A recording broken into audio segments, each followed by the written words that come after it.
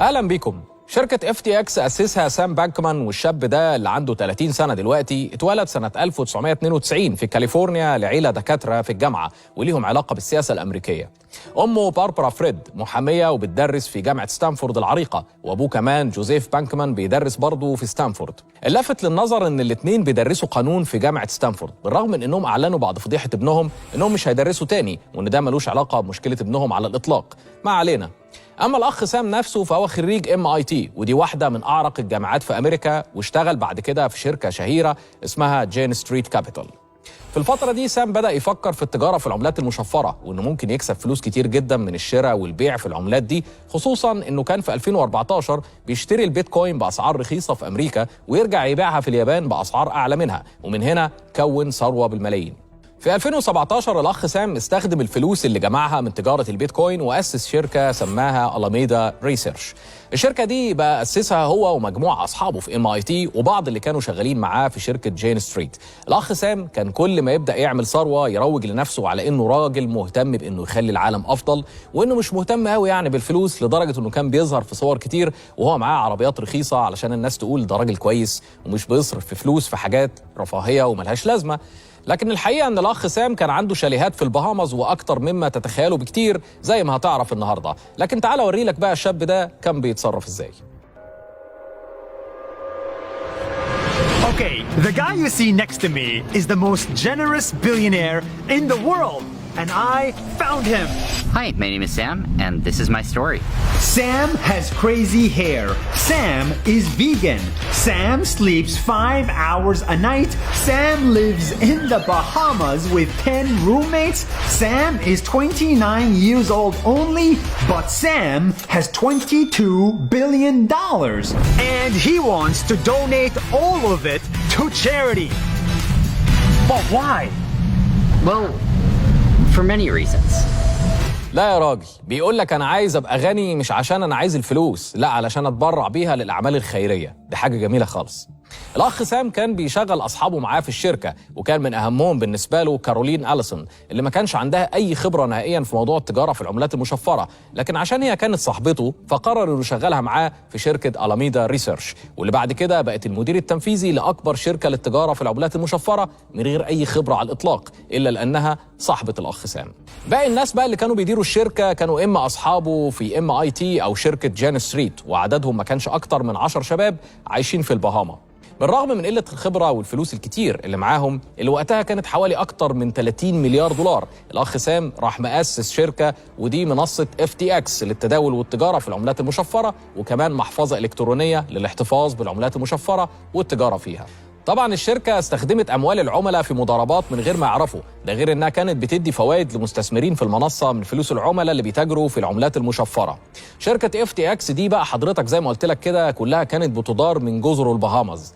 الأزمة إن الشركة اللي أسسها سام كانت بتدار بطريقة عشوائية، وأغلب شغلها كان غير قانوني، سواء المضاربة بفلوس العملاء أو حتى الحصول على استثمارات من المستثمرين اللي الحقيقة كانوا واثقين في الأخ سام لأسباب مش مفهومة، يمكن عشان الثقة اللي هو عملها على أغلفة المجلات وطريقته في الترويج لنفسه كملياردير بيحب الخير والكلام العجيب اللي سمعتوه ده. محدش الحقيقة عارف ازاي مستثمرين كبار بيحطوا فلوس بالملايين مع شوية شباب ما عندهمش أي خبرة في التجارة. بغض النظر بقى عن كل الكوارث دي، الشركة كانت مستمرة في تحقيق مكاسب واستثمارات كبيرة، ده غير الإعلانات اللي بدأت تنتشر للمنصة دي زي ما هتشوف حالا.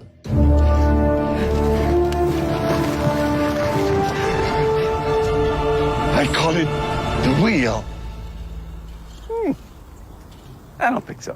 What does it do? It rolls. Yeah, so does a bagel, okay? A bagel you can eat. One of the worst ideas I've ever heard. 我々の未来はポータブルミュージックです。バカかバカかわかるだろうわかるだろうわかるだろう出ていけ。未来言うのか怖いんだああまた2回言うとか言えるぞまた言うのも簡単に Like I was saying, it's FTX. It's a safe and easy way to get into crypto. Yeah, I don't think so. And I'm never wrong about this stuff. Never. انت عارف ان في 2021 الشركة دي كانت بتتاجر بحوالي 10 مليار دولار يوميا؟ انت متخيل الارقام؟ كارثة بكل المقاييس. وطبعا المستثمرين اللي بيدوروا ورا المكسب السريع كانت بالنسبة لهم الشركة دي فرصة كبيرة من المكاسب اللي كانوا بيحققوها يوميا. الغريب كمان ان الشركه دي نجحت انها تكون شريك للمنتدى الاقتصادي العالمي في دافوس الورلد ايكونوميك فورم، وده طبعا اداهم ثقه كبيره جدا وحط علامات استفهام على المنتدى بعد ما الشركه اعلنت افلاسها، لان اكيد المنتدى استفاد من الفلوس اللي اتبرعت بيها الشركه لصالح المنتدى لانه اساسا قايم على التبرعات. كل ده كوم بقى طبعا، والفنانين والسياسيين اللي شاركوا في حملات او اعلانات او مؤتمرات للشركه وظهروا مع الاخ سام شخصيا زي توني بلير وبيل كلينتون. كل ده زود ثقة الناس في المنصة وبدأت تجذب مستثمرين كتير حوالين العالم، وكل دول بقى كوم، وصغار المستثمرين دول قصة تانية خالص. أي حد معاه بقى 2000 أو 3000 دولار يروح يفتح محفظة ويقول لك استثمر واخد من الحظ جانب في المنصة الجديدة بتاعة الشاب العبقري خريج MIT والشباب أصحابه. المهم ان المنصة بتاعة الأخ سام بدأت تدخل في السياسة بتبرعاتها لأوكرانيا في حربها ضد روسيا، ده غير ان الأخ سام اتبرع لحملة جو بايدن بحوالي 5 مليون دولار أمريكي في 2022. حط بقى عليهم كمان 50 مليون دولار تبرعات لسياسيين تانيين بغرض اكتساب الثقة بتاعة الناس والسياسيين والمستثمرين.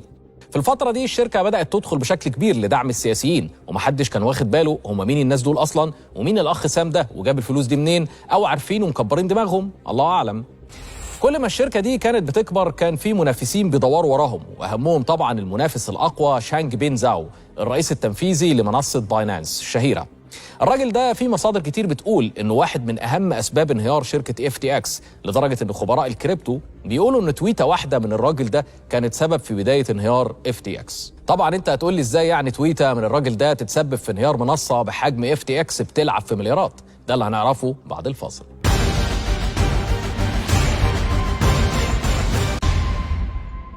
اهلا بيكم. قبل الفاصل قلنا ان الرئيس التنفيذي لمنصة باينانس دخل في خناقة على تويتر مع سام صاحب شركة FTX، ودي كانت بداية الخسائر الرهيبة لشركة FTX اللي بيديرها سام. في النص الثاني من 2022 الامور بدأت تتغير مع الاخ سام، مع زيادة التضخم في امريكا وزيادة الفايدة على الدولار من الفدرالي الامريكي، الناس بدأت تبيع عملات مشفرة علشان تشتري دولار، وهنا الاخ سام قال لك نشتري. وطبعا انت عارف ان الفلوس اللي هيشتري بيها هي اساسا فلوس مستثمرين وعملاء لمنصة FTX. الأزمة أن استثمارات شركة ألاميدا اللي أسسها سام بدأت تخسر هي كمان في التجارة في العملات المشفرة والكريبتو، وده خلى سام عنده هلع من الخسارة السريعة للشركة، فبدأ يحول أصول من شركة FTX اللي دعم شركة ألاميدا عشان ما تفلسش. سام حول تقريبا 4 مليار دولار من فلوس العملاء في FTX لشركة ألاميدا بشكل سري، يعني من غير ما العملاء يعرفوا انه بيضارب بفلوسهم في شركة تانية. هنا بدأ الموضوع ياخد منحنى مثير للشك، خصوصا من المتخصصين في عالم الكريبتو، وعلى رأسهم طبعا الأخ شانج بينج زاو الرئيس التنفيذي لشركة باينانس.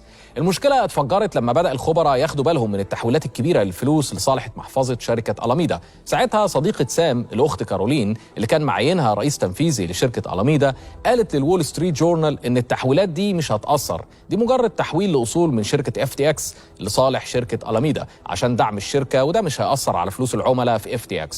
زي ما قلت لك لأنها أساساً ما عندهاش أي خبرة في التجارة في العملات المالية ولا العملات المشفرة ولا منصات التداول ولا حتى بربع جنيه ذكاء في الأزمة دي، فكلامها بقى إدانة إن شركة FTX بتضارب بفلوس العملاء في حاجات هم مش عارفينها، وده غير قانوني. يعني من الآخر حطت الأخ سام في أزمة كبيرة من غير ما تاخد بالها. الأزمة بقى إن ال4 مليار دولار دول حضرتك ما كانوش 4 مليار بجد، دول كانوا توكنز من شركة FTX اللي عاملها سام. يعني من الآخر كده اختراع الراجل اخترعه وعمل ليه قيمة، وكان بيبيعه للمستثمرين على إنه مقابله دولار لأنه مرتبط بالبيتكوين والعملات المشفرة التانية. بدل ما حضرتك بقى تاخد أرباح أو تشتري عملات مشفرة، فأنت بتشتري الفنكوش بتاع الأخ سام اللي هو FTT أو FTX توكن اللي هو رابط بالعملات المشفرة ومقابلها بالدولار. بعدها بقى موقع كوين ديسك الشهير نشر تحقيق في أول نوفمبر 2022 اتكلم فيه عن الفنكوش بتاع الأخ سام أو FTT. طبعا دي كانت الفرصة للمنافس القوي لسام المدير التنفيذي لمنصة باينانس لما قرر يخرج بقى عن صمته ويتكلم في تويتر عن مشاكل شركة FTX وعملة الفنكوش بتاعة الأخ سام. على الرغم بقى من إن الأخ شانج بينج كان مستثمر 100 مليون دولار في شركة FTX، لكن وقت الجد بقى هيقلب عليه عادي، الخسارة قريبة أحسن من المكسب البعيد زي ما بيقولوا، خلى الأخ سام يغرق لوحده. وبالفعل الرئيس التنفيذي لمنصة باينانس أعلن الحرب على سام، وقال في تويتر إنه هيحول كل FTT لدولار وهياخد فلوسه اللي استثمرها في المنصة. وبكده كرة التلج بدأت تكبر، وبدأوا هما الاثنين بقى سام وبينج يخبطوا في بعض على تويتر، وساعتها سام اتهموا صراحة إنه بيحاول ينشر إشاعات عن منصة FTX. طبعا الكلام ده لما حصل بدأت الريحة تطلع، والعملاء بدأوا يحسوا ان في مشكلة في المنصة او انهم ممكن يخسروا فلوسهم، ودي ازمة الحقيقة عشان ناس كتير جدا بدأت تفكر تسحب فلوسها من المنصة او تحولها من FTT للدولار. هنا الاخ سام بدأ يبقى عنده هلع من الخسارة، لانه ممكن في لمح البصر يخسر كل فلوس العملاء والمستثمرين، خصوصا بعد ما اتسحب من المنصة توكنز بحوالي اكتر من 6 مليار دولار في 72 ساعة. طبعا بعد الخساره دي سعر التوكنز بتاع سام او FTT سعره نزل بشكل كبير جدا في خلال يومين، وبدات الناس تحول التوكنز للدولارات علشان تسحب استثماراتها. الازمه ان FTX ما كانش عندها اساسا الفلوس الكافيه انها تدفع لكل الناس دي اللي كانوا بيحولوا عمله الفنكوش او التوكن بتاع سام ده للدولارات. تخيل الشركه كان عليها مديونيات بحوالي 9 مليار دولار للعملاء، وهي اساسا معاها فلوس سايله حوالي 900 مليون دولار. انت متخيل الفرق؟ ساعتها كارولين صاحبة الأخ سام نشرت على تويتر لشانج بينج بتاع منصة باينانس تقول له لو بتحاول تضغط علينا علشان تنزل سعر FTT فاحنا هنشتريه منك على 22 دولار للتوكن، مش بقول لك مفيش خبرة بربع جنيه. ساعتها الأخ شانج بينج قال إننا مش ضد حد، لكن احنا مش هنقدر ندعم أي حد بيشتغل ضد مصالح الناس اللي واثقة فيه. حرب وكرة تلج بقى كبرت في وش الأخ سام وأصحابه اللي ما عندهمش أي خبرة. الموضوع كبر فجأة لما وزارة العدل الأمريكية دخلت في الموضوع وبدأت تحقق في الجرائم اللي ممكن تكون ارتكبتها منصة FTX والأخ سام وأصحابه اللي بيديروا الشركة. مع انتشار الفضيحة وعدم قدرة المنصة على الوفاء بالتزاماتها للعملاء لأن مفيش سيولة أساسا للسداد، المنصة وقفت السحب من العملاء، وبكده الناس ما قدرش تسحب فلوسها من المنصة. وهنا بدأت بقى المنصة تاخد إجراءات إعلان الإفلاس رسميا.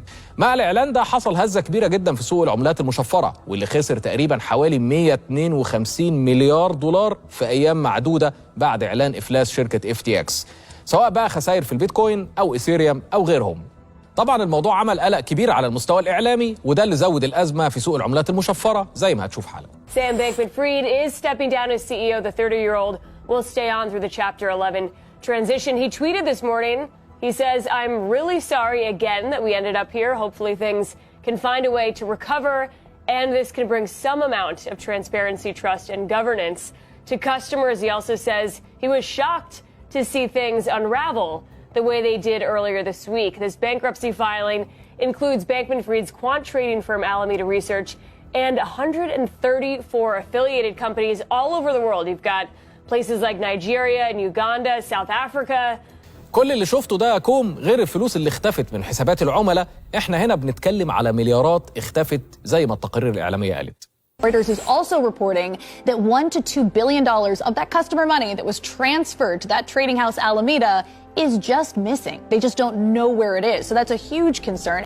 الأزمة كمان اللي أخبار انتشرت على الإنترنت إن حصل اختراق للمنصة وفي فلوس تانية اتسرقت عن طريق الهاكرز من حسابات العملاء. فجأة الناس بقى حساباتها اتصفرت، والتقارير بتقول إن الشركة مديونة بحوالي 50 مليار دولار للمستثمرين والعملاء. طبعا بقى الاختراق ده حقيقي أو مدبر بعلم الأخ سام، ده اللي هتكشفه التحقيقات.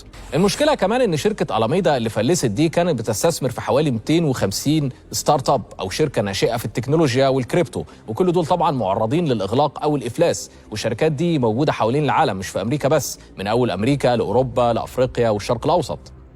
زي ما قلت لك أزمة FTX هيكون ليها تأثير كبير على أسواق العملات المشفرة، والدول هتاخد قرارات أكثر صرامة في التقنين والحوكمة للتعامل مع المنصات والعملات المشفرة. وحتى الرئيس بايدن أعلن أنه لازم يكون في اتجاه قوي لوجود قواعد تحكم الأسواق دي على مستوى العالم.